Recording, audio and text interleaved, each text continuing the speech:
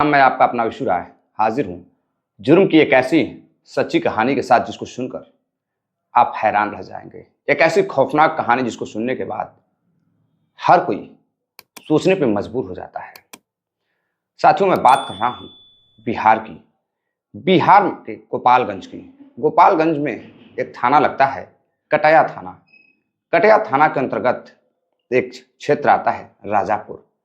राजापुर में 7 मार्च को एक शादीशुदा लड़का किसी समारोह में शामिल होने के लिए घर से शाम को निकलता है, लेकिन रात हो जाती है, वह घर नहीं लौटता है। अब इधर उसकी पत्नी काफी परेशान रहती है। वो समझ नहीं पा रही थी उसका पति आखिर कहाँ चला गया है, अभी तक नहीं लौटा। अब वो अपने ससुर से कहती है उसका पति अभी तक नहीं लौटा है और उसका फोन वगैरह भी बंद आ रहा है। इधर जब उसके ससुर यह सुनते हैं कि उनका लड़का अभी तक घर नहीं आया है, फोन भी बंद है, तो वो भी परेशान होते हैं। अब उसी रात वो पहुंचते हैं पुलिस के पास। वहां जाने के बाद साथियों वह शिकायत दर्ज कराते हैं। उनका लड़का किसी शादी समारोह में गया हुआ है, लेकिन अभी तक लौटा नहीं है। अब पुलिस रात में कुछ लोगों से पूछताछ करती है, लेकिन कहीं कुछ पता नहीं चलता है।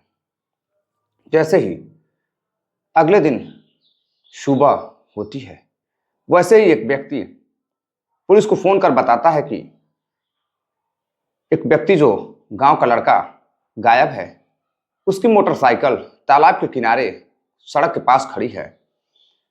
अब इधर जैसे ही पुलिस को यह सूचना मिलती है, वहां अब भीड़ इकट्ठा होने लगती है कि तालाब के पास उस अपहृत यानी कि गुमशुदा लड़के की मोटरसाइकिल मिली है। अब पुलिस वहां पहुंचती है, मोटरसाइकिल देखती है तो सबकी निगाहें अब तालाब की तरफ थी कि कहीं उसकी बॉडी तालाब में तो नहीं है। अब इधर पुलिस जांच पड़ताल में जुटती है और फिर गांव के ही कुछ मछुआरों को बुलाया जाता है।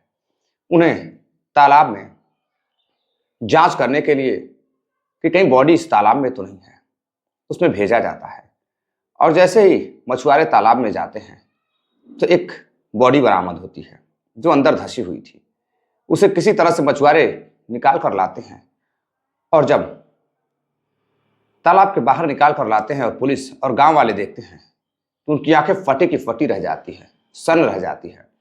दरअसल साथियों, जिस व्यक्ति की बाइक खड़ी थी, जिस व्यक्ति की पुलिस तलाश कर रही थी कि शायद तालाब में वो उसकी बॉडी बरामद हो जाए, लेकिन उसी गांव की रहने वाली एक लड़की की बॉडी बरामद होती है। यानी कि मोटरसाइकिल तो उस गुमशुदा लड़के की थी, लेकिन तालाब में जो शव बरामद होता है वह उस गांव की एक लड़की का बरामद होता है।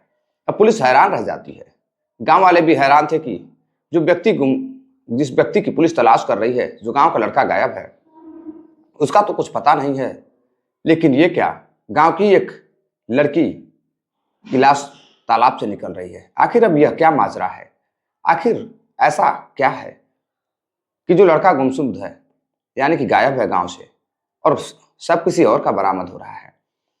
अब पुलिस उस लड़की की जांच पड़ताल करती है, शिनाख्त करती है, तो पता चलता है वह लड़की उसी गांव की यानी कि राजापुर के पास ही रहने वाली पूजा कुमारी का है। अब इधर पुलिस जांच पड़ताल कर ही रही थी। जो व्यक्ति गायब था उसका नाम धर्मेंद्र रहता है और जो लड़की की लाश मिलती है, जिस लड़की की, उसका नाम पूजा कुमारी रहता है। अब इधर पुलिस जांच पड़ताल करती है, तभी पुलिस को कहीं से पता चलता है कि धर्मेंद्र और पूजा के बीच प्रेम संबंध था, दोनों का अफेयर चल रहा था। अब इधर पुलिस उसकी बॉडी पोस्टमार्टम के लिए भेज देती है और जांच पड़ताल करना शुरू करती है।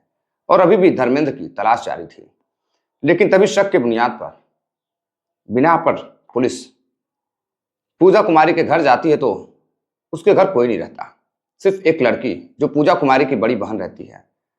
पुलिस उसे गिरफ्तार करती है और पूछताछ करती है कि आखिर तुम्हारा भाई कहाँ है, घर वाले कहाँ हैं, तुम्हारी बहन की बॉडी बरामद हुई है और गांव का उसका जो प्रेमी है वो गायब है।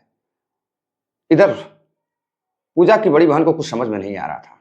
पुलिस उसे गिरफ्तार कर लेती है और फिर उसकी भाई की तलाश जारी करती है।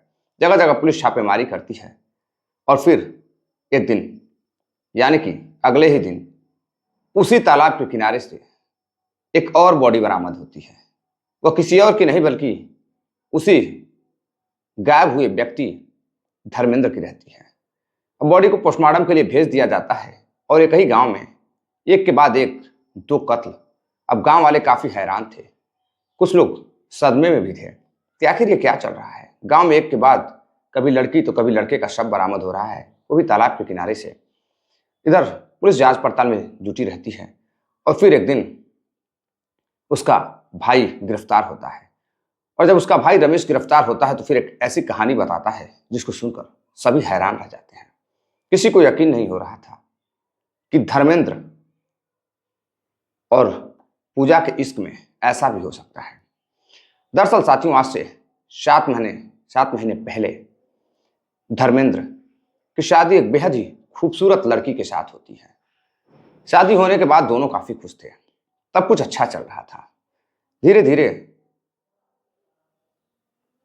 धर्मेंद्र और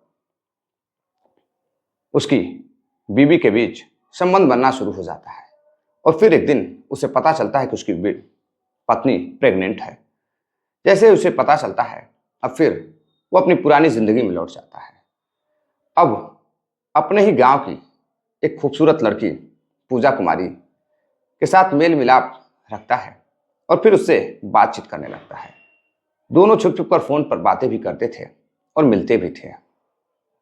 इधर जब भी मौका मिलता था दोनों तालाब के पास, गांव के तालाब के पास जाते थे और चोरी छुपे एक दूसरे से मुलाकातें करते थे। इधर पत्नी प्रेग्नेंट थी और धर्मेंद्र पत्नी को उसी के हाल पर छोड़कर इधर अय्याशी कर रहा था, यानी कि एक गांव की ही लड़की के साथ इश्क लड़ा रहा था। इधर सब कुछ सही चल रहा था, दोनों का प्रेम संबंध भी काफी अच्छे से गुजर बसर हो रहा था, किसी को कोई शक नहीं था। लेकिन धीरे धीरे अब गांव के कुछ लड़कों को भी दोनों के प्रेम संबंधों के बारे में पता चल जाता है। अब इधर एक दिन जो उसका भाई रहता है रमेश, तालाब के किनारे से रात के अंधेरे में गुजर रहा था। तभी वो देखता है कि उसकी बहन तालाब के किनारे किसी लड़के के साथ है और जैसे ही वह जाता है, लड़का तो भागने में कामयाब हो जाता है, लेकिन लड़की यानी कि उसकी बहन वही पकड़ी जाती है। अब इधर रमेश उसको डांट फटकार लगाता है और फिर घर लेकर जाता है। घर ले जाने के बाद काफी समझाता है, पूछताछ करता है और उसकी बहन भी उसको समझाने की पूरी कोशिश करती है, लेकिन पूजा समझने को तैयार नहीं थी। वह शादीशुदा लड़के धर्मेंद्र के इश्क में बिल्कुल पागल हो चुकी थी। इधर धर्मेंद्र भी अपने प्रेग्नेंट बीवी को उसी के हाल पर छोड़कर वह गांव की ही लड़की के साथ इश्क लड़ा रहा था। बात धीरे धीरे आग की तरह गांव में फैल जाती है कि धर्मेंद्र और पूजा कुमारी का चक्कर चल रहा है।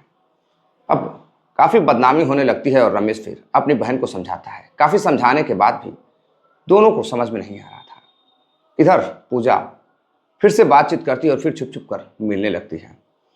अब कई बार रमेश अपनी ही बहन को, पूजा कुमारी को, जिसकी उम्र 18 साल मात्र रहती है, और धर्मेंद्र के साथ बार बार देख लेता है, फिर समझाता है, लेकिन धर्मेंद्र को वही समझाता है, उसे समझ में नहीं आ रहा था।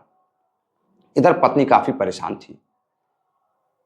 पेट में जो बच्चा पल रहा था उसे लेकर वह किसी तरह से अपना जीवन गुजर बसर कर रही थी, लेकिन धर्मेंद्र मानने को तैयार नहीं था। अब इधर रमेश काफी परेशान हो जाता है। अब अपनी इज्जत को बचाने के लिए, सम्मान को बचाने के लिए उसे समझ में नहीं आ रहा था कि वो क्या करे। बहन हाथ से निकलती जा रही थी। बड़ी बहन से बातचीत करता है तो फिर दोनों आपस में एक प्लान तैयार करते हैं। प्लान के तहत पता चलता है कि शाम को करीब 5 बजे धर्मेंद्र 7 मार्च को घर से निकलता है और फिर एक जगह लगती है दिवलिया बाजार, वहां किसी समारोह में शामिल होने के लिए जाता है। और जैसे ही वहां से लौट रहा था वैसे ही वो फिर से पूजा कुमारी से बातचीत करने लगता है। फिर से उसका भाई उधर से गुजरता है तो दोनों को देख लेता है। इधर अपने बहन के साथ मिलकर और अपने एक दोस्त के साथ मिलकर रमेश झगड़ा होता है दोनों के बीच और झगड़े में रमेश सबसे पहले अपनी बहन का गला दबा देता है और गला दबाकर उसकी हत्या कर देता है। और फिर इधर धर्मेंद्र बचाने की कोशिश करता है, लेकिन दोनों मिलकर, रमेश और उसका साथी मिलकर धर्मेंद्र को भी जान से मार देते हैं। और मारने के बाद जो लड़की रहती है पूजा कुमारी की बॉडी को उसी तालाब के बीचों बीच फेंक देते हैं और वहां से कुछ दूरी पर, ताकि किसी को कुछ पता ना चल सके, धर्मेंद्र की बॉडी को भी फेंक देते हैं और फेंकने के बाद वहां से फरार हो जाते हैं। जब लड़की की बॉडी मिलती है तो पुलिस हैरान रहती है कि वो गांव के लड़के की तलाश कर रहे थे और बॉडी किसी और लड़की की मिल रही थी। यानी कि अब पुलिस को एक नहीं बल्कि दो दो केस सुलझाने थे। लेकिन कुछ ही घंटों में पुलिस को पता चलता है कि जो दोनों केस है एक दूसरे से जुड़ा हुआ है, दोनों एक दूसरे को मोहब्बत करते हैं। पत्नी 7 महीने पहले उसकी धर्मेंद्र की शादी हुई थी और पत्नी प्रेग्नेंट है। अब गांव में तरह तरह की बातें शुरू हो जाती हैं। दोनों के बॉडी का पोस्टमार्टम होता है। दोनों ही गांव के परिवार बॉडी को ले जाकर बॉडी का दाह संस्कार करते हैं, अंतिम संस्कार करते हैं। गांव में बिल्कुल हंगामा मच जाता है। हॉनर किलिंग में एक भाई बहन ने मिलकर अपनी ही बहन और अपने ही एक गांव के लड़के का बेरहमी से कत्ल कर दिया। गांव में अब ये भी चर्चाएं चलने लगती हैं कि बुरे काम का बुरा नतीजा तो होना ही था।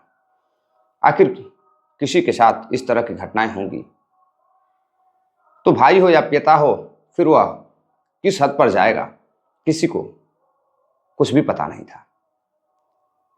साथियों, इस कहानी पर, इस घटना पर आपका क्या कमेंट है? क्या रमेश ने वाकई में धर्मेंद्र के साथ सही किया या फिर उसे कोई और रास्ता निकालना चाहिए था?